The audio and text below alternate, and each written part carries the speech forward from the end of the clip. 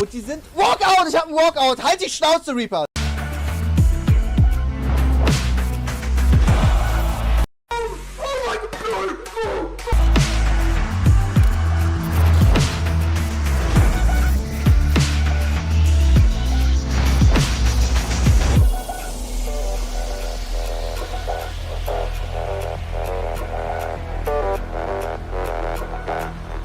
It's time to go!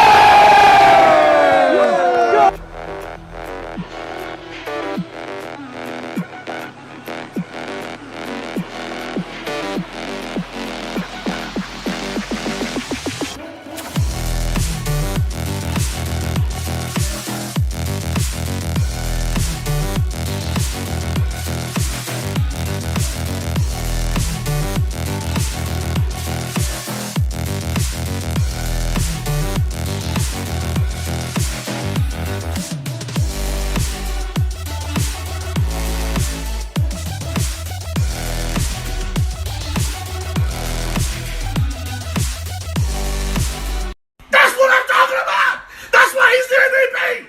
That's why he's the GOAT! The GOAT!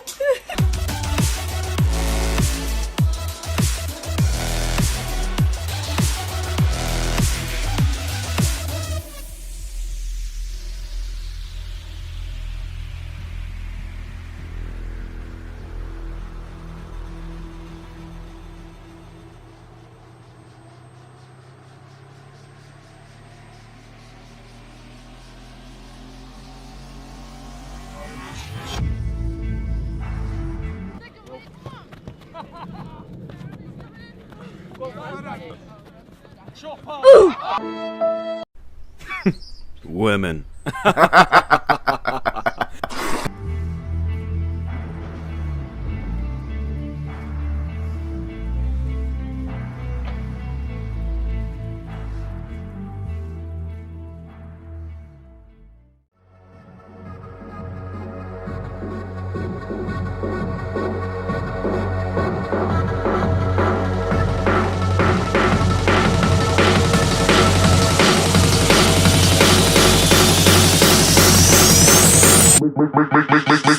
Make the ground shake.